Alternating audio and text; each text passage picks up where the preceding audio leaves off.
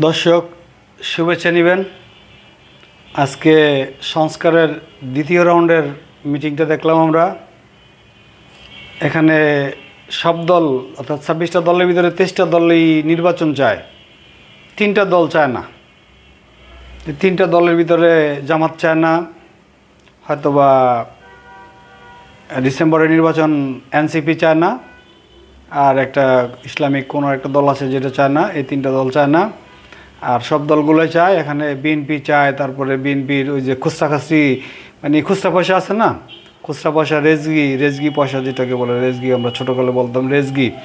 অথবা আপনারা হয়তোবা দেশে যারা ধান লাগাইছেন, ওই যে চিনেন না যে বড় ধান লাগানোর সময় যেগুলা এই সব একখানে করে আটি বাঁধে, এগুলো পুরা যদি আটিও আমরা বাঁধেই, তাহলে বিএনপিকে ছাড়া যদি আটি বাঁধেই, তাহলে সব দল মিলাইলো একটা সিটের অধিকারী তারা বাংলাদেশে না, তারা বাংলাদেশের মেম্বারিতে পাস করবে না।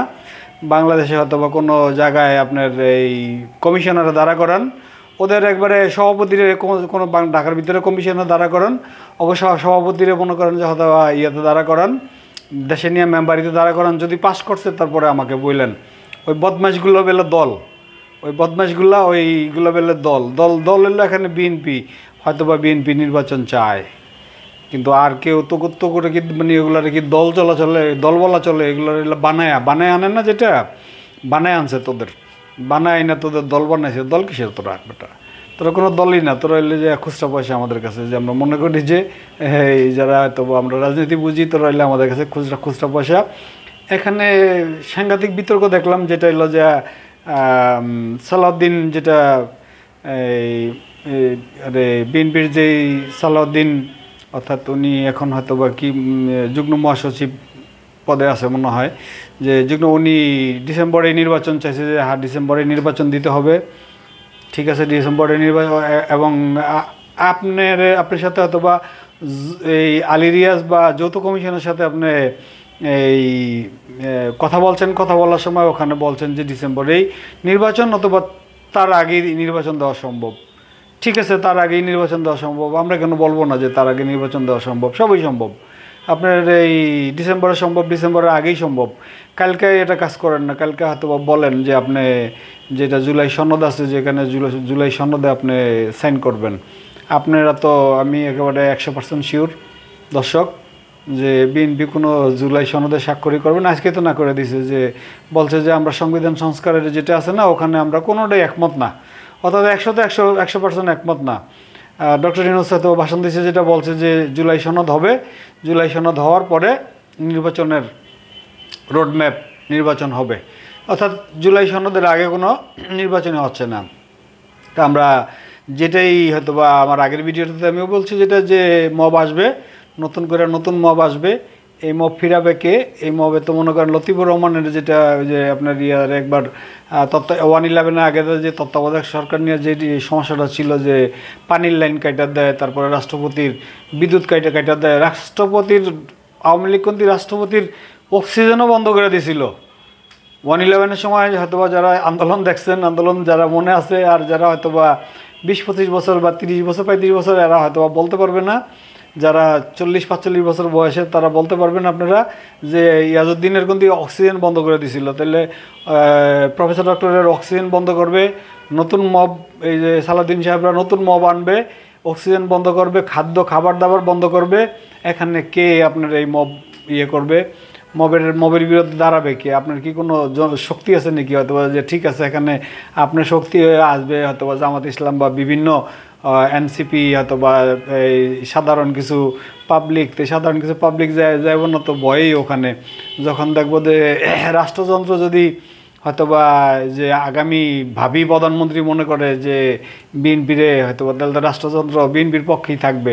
তাহলে আপনার এই মবের থেকে বাঁচাবে কি? এই মবের থেকে বাঁচানোর থেকে আপনি হয়তোবা অস্তে আপনার ক্ষমতা হস্তান্তর করে দিয়েই তো চলে যাওয়া ভালা।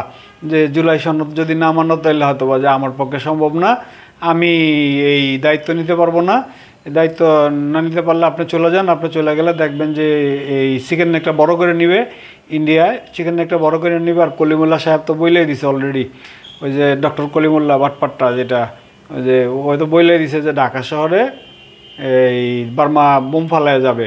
তো বার্মা যখন ঢাকা শহরে বোম ফালাইব তখন ইন্ডিয়াও বা ঢাকা শহরে বোম ফালাইব কলিমুল্লার কথা অনুসারে, তাই না? তাহলে বাঙালি বোম খাক, সমস্যা কি? আপনার তো সমস্যা কি? আপনি থাকবেন ফ্রান্সে, আপনি থাকবেন হলো যে ইয়াতে আপনার আমেরিকা থাকেন, ফ্রান্স থাকেন, আপনার ব্যবসা কি বন্ধ হবে? বাংলাদেশে যে ব্যবসা আছে ওইটাও চলবে, এবং বহির্বিশ্বে আপনার যে ব্যবসা বাণিজ্য আছে, আপনার তো ডাইরেক্টরশিপ, আপনার তো কোনো ব্যবসার মালিক না, অংশীদার। এই অংশীদারিত্ব চলবো, 10 জনেরটা চললে আপনারটাও চলবে। এর চিন্তা করার কোনো লাভ নেই, হবে না, কোনো প্রোক্লামেশনে কোনো সাইন হবে না, বিএনপি সাইন করবে না। আপনার এই মব আইসা পড়বে, দ্রুতভাবে মব আসতেছে, মব রেডি হচ্ছে।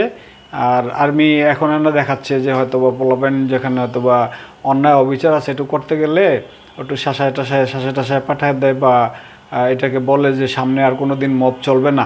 কিন্তু আপনাকে যখন মব করতে আসবে তখন কিন্তু কোনো আর্মি আসবে না। আমরা তো দেখছি ইস্টাক যখন আন্দোলন করছে, মব করছে, তো ওই সময় কি আপনার আর্মি এসে কি মবের সরাইছে? একটা জিনিস আপনি চিন্তা করে দেখেন, ইস্টাকের আন্দোলনে কি আর্মি আপনারা অথবা এই মবের থেকে বাঁচায় নাই? যে হয়তোবা আপনি যখন বলছেন যে আপনার ক্ষমতা থাকবেন না, তখন যে চিন্তা করছে যে বিএনপি যে এখন তো হয়তোবা আর্মি ক্ষমতাটা নিয়ে নিবে, আমরা অতএব এখান থেকে উঠে যাওয়াটা ভালো। কিন্তু এখনও নগর ভবন দখল করে রাখছে, এখন এই ঈদের সময় নাকি ময়লা টয়লা নিতে দিবে না।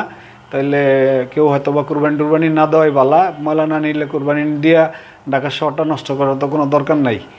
যে স্টাক তো বন্ধ করে দিল যে কোনো ময়লা ঢাকা শহরতে পাস হবে না, তখন এটা কয়দিনে এই ময়লা যদি সুইপার কাজ না করে, তাহলে এই ময়লা কিন্তু ঢাকা শহর আবার এই প্লেগও হইতে পারে, প্লেগ হওয়ার সম্ভাবনা থাকে।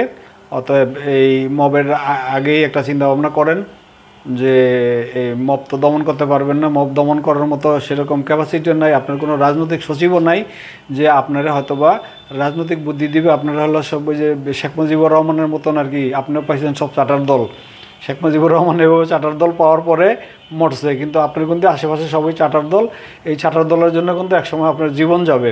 অতএব ভদ্রলোক মানুষ, ভালো মানুষ আপনি, আমরা চাই না যে হয়তোবা আপনার জীবন যাক, অথবা এই মব আপনার বাড়িতে এসে পড়বো, মব হয়তোবা দেখা যাবো যে মব আবার ঘুরেও যাইতে পারে, অন্য ধরনের মবও আসতে পারে, যেটা হয়তোবা যেটা বাঘ টাইপের মবও আসতে পারে।